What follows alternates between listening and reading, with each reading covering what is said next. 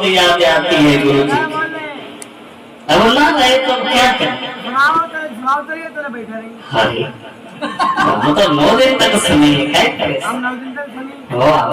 क्या तो आइए देखते हैं भगवान की पावन कथा में सौरभ जी आते रहिए भाई। पहली बार मुलाकात हो रही है आप सभी भक्तों से।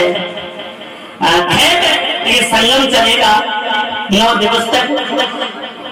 देव ऋषि नारद जब आगे बढ़ते हुए यमुना जी के किनारे पर पहुंचे हैं तो क्या देखते हैं? उन्होंने कुछ और देखा।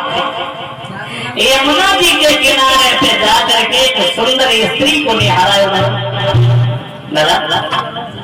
और वो सुंदर स्त्री जहां बैठी हुई है देव ऋषि नारद ने देखा कि वो रो रही है।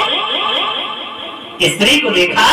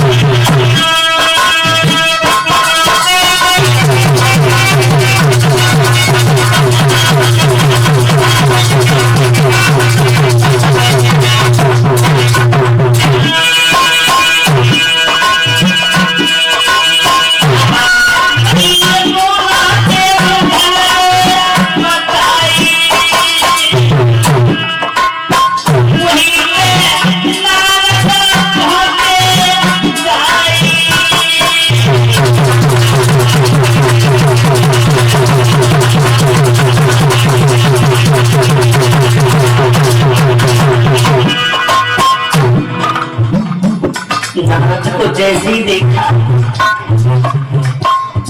एकदम से खड़ी हो गई और हाथ जोड़ करके विनती करने लगी, आइए मुझे आइए हमारे बच्चों को देखिए।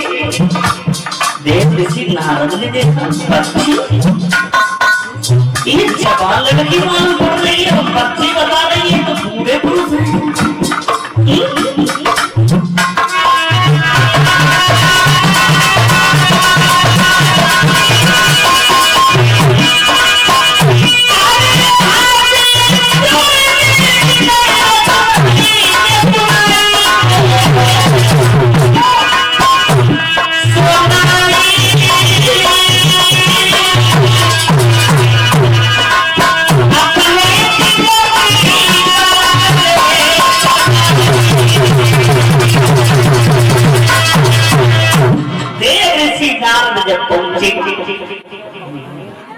देखा एकदम से खड़ी हो ये मुझे बता थी अपने बच्चों के बारे में ये हमारे बेटे हैं ज्ञान और वैराग्य ये बूढ़े हो गए। कर्नाटक में मेरा जन्म हुआ और महाराष्ट्र में आकर के मैं सम्मानित हुई और वृंदावन में जैसे ही है तो हमारे बच्चों पे बुढ़ापा आ गया और हम पे जवानी हुई। नारद बोले क्या? बोले हाँ। क्या ये तुम्हारे बेटा है? क्या नाम है तुम्हारे बेटे का? जवाब दिया मेरे बेटों का नाम है ज्ञान और वैराग्य। बात ये चला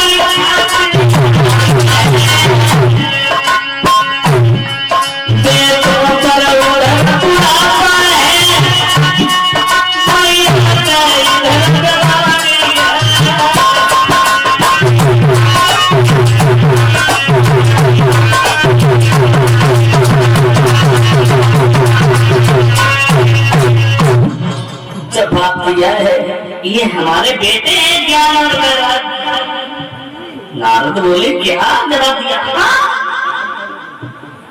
तो ये बूढ़े जैसे सारी बात जब सुनिए इनका हम भी आते हैं लौट करके देव ऋषि नारद वहां से चले जाते हैं। जब आगे बढ़ेंगे कोई न कोई उपाय लेकर के आएंगे, घबराना नहीं, चले गए। उधर ब्रह्मा के 4 पुत्र सनत सनातन सनातन सनत कुमार जी जाते हैं और उन्होंने जैसे देखा देखते ही ये कहा है कहाँ जा रहे हो देव ऋषि नारद? बड़ी चिंता छाई हुई है। तो भागवत श्रोताओं सारी बात कह सुनाई, बोले जाओ उनके लिए श्रीमद् भागवत कथा अनुष्ठान सुना देना। वो बूढ़े उसके पुत्र हो गए हैं, वो दोबारा से तरुण हो जाएंगे, जवान हो जाएंगे। देव ऋषि नारद आए, जैसे आप सभी भक्तों ने भागवत कथा को इस तरीके से बैठाया, ऐसे ही गद्दी को बनाया गया और यमुना जी के किनारे पे कथा प्रारंभ हुई। पहले दिन की कथा हुई, दूसरे दिन की कथा हुई, तीसरे दिन की कथा हुई। 7 दिन तक जब ये कथा चली तो ज्ञान और वैराग्य जो थे वो तरुण हो जाते हैं, जवान हो जाते हैं। बोलिए हरि लाल की। इतना रहस्य है श्रीमद् भागवत कथा। आइए आगे देखते हैं। सूत जी कहने लगे, सोनालाल ऋषि श्रोत सुनिए, हम तुम्हें बताएं एक ब्राह्मण थे जिनका नाम आत्मदेव था।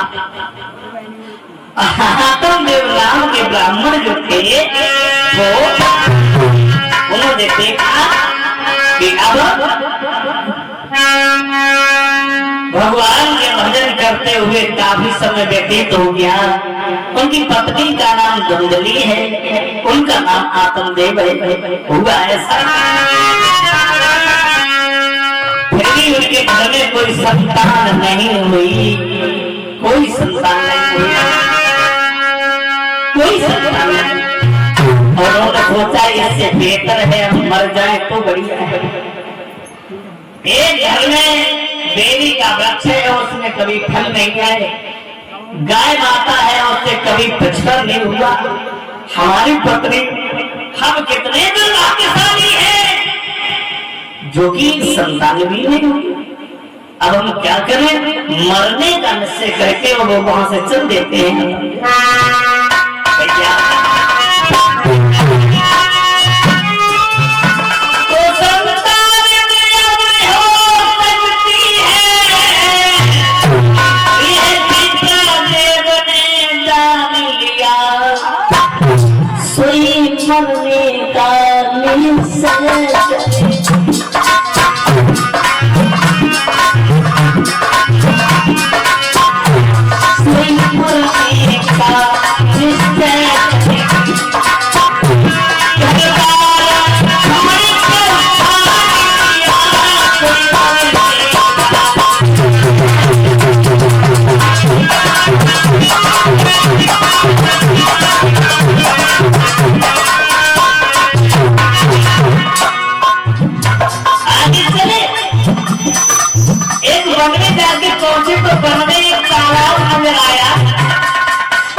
देखा कि इसने जल में घुस करके हम अपनी जान ले गए।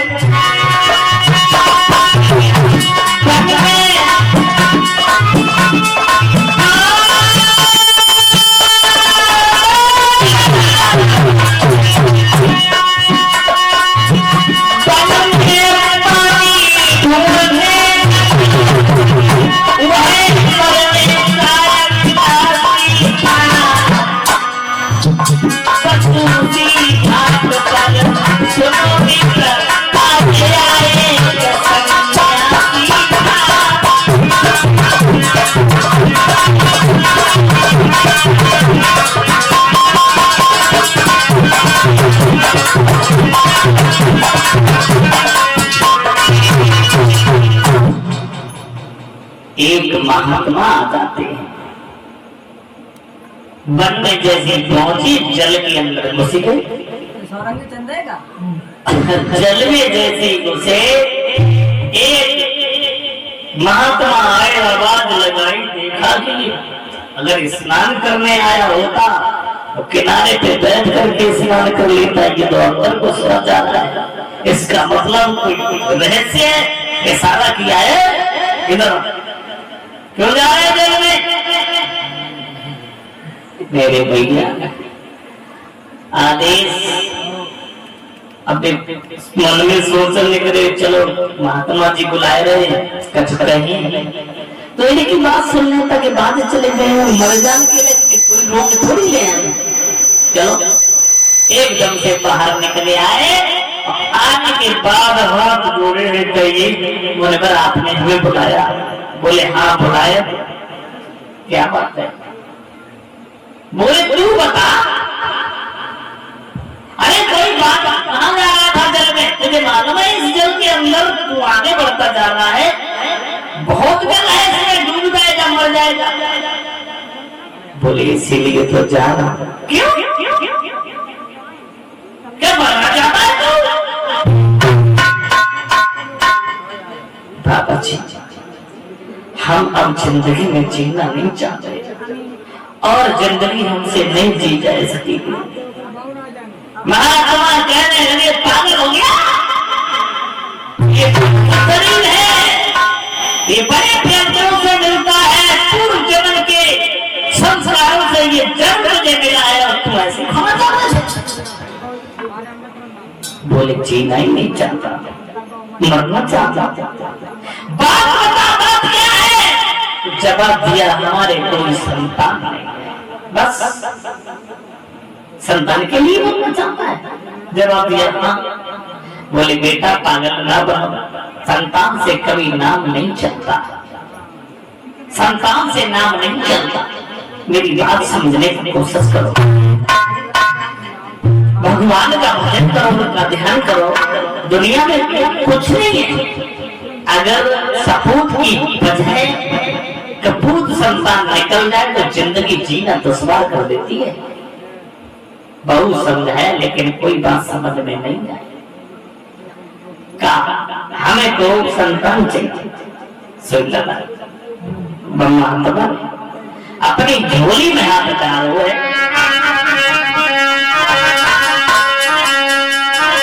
कोई हाथ डाली तो बाबा की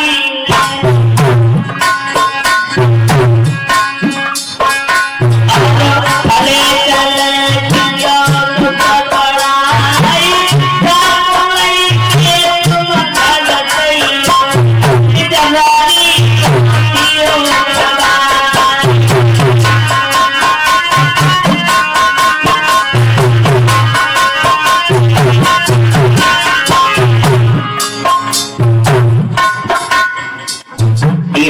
चले हमारे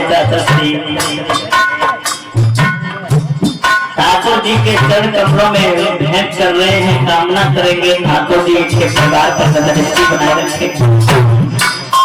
माता दुर्गा धन से भंडार बने। महात्मा ने एक बात कही है, इस फल को लेकर के जाओ और अपनी पत्नी को जाकर के खिला देना।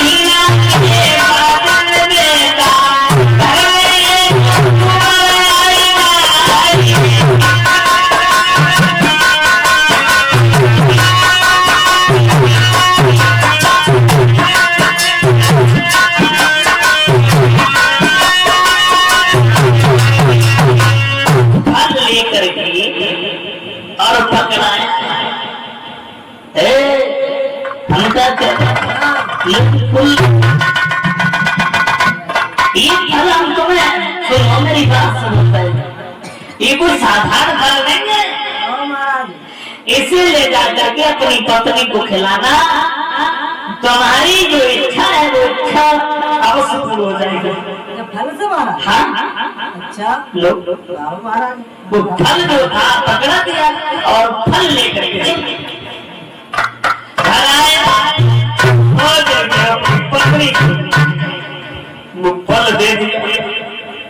पत्नी कैसी होती बड़ी कर्कशा, कबहू पति से और पत्नी का मेल नहीं मिलता था, केर बेर का संग था उनका, कभी सीधे नहीं बोला करती थी अपने पति से। पति ने जब ये कहा कि लो ये फल लाए एक महात्मा जी ने दिया, इसे तो खा लो, तो दौड़ पड़ी। कैसा फल? फल तो रोज लाते हो तुम, क्या है इसमें? तब जवाब दिया, ये हमारे गुड्डू भैया ठाकुर जी के सर कमलों में 101 रुपए भेंट कर रहे हैं, कामना करेंगे ठाकुर जी और माता दुर्गा इनके परिवार पर दृष्टि बनाए रखें, मन सोचे कर्तव्यों को मापूर्ण करें। फल तो ले लिया और ये कहा कि ठीक है कोई बात नहीं, जाओ हम खा लेंगे, लेकिन फल खाया नहीं। ये बात अपनी बहन के लिए बताई उसने, बहन ऐसे ऐसे बात है, क्या करूं, पति जी हमारे फल लाए, और वो ये कह रहे थे कि ये फल से पुत्र हो जाएगा। प्रॉब्लम ये है कि मैं संतान का दुख झेलना नहीं चाहती। मैंने ये सुना है कि जो स्त्रियों के गर्भ धारण होता है तो वो मर भी जाती है, और उन्हें बहुत पीड़ा होती है, वो चलने फिरने लायक नहीं रहती, कभी कभी उनकी मौत हो जाती है। मैं ये दर्द झेलने के लिए तैयार नहीं, मुझे इस जंजाल से हमारे परीक्षित जी, वैसे जी क्या नाम है आपका, माफ करना हम भक्तों के नाम नहीं जानते तो मुझे बताते चले साथ, ठीक है? थोड़ा परिचय भी होता जाए। गुड्डू भैया है कि नहीं? थोड़ा एक कॉपी लेकर के लिखेंगे आप। छोटे लाल परीक्षक जी 101 रुपए भागवत कथा में भेंट कर रहे हैं, कामना करेंगे माता दुर्गा इनके परिवार पर दृष्टि बनाए रखे, मन सोचे कर्तव्यों को मापूर्ण कराएं और ठाकुर जी इनके परिवार पर दृष्टि बनाए रखे।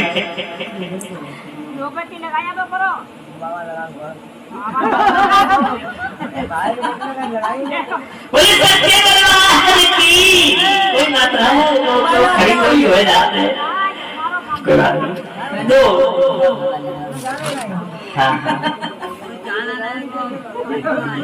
दो लाइन भगवान के नाम की सब लोग ताली बजा के बोल लो, सब लोग ताली बजा, सब लोग बोलेंगे ताली।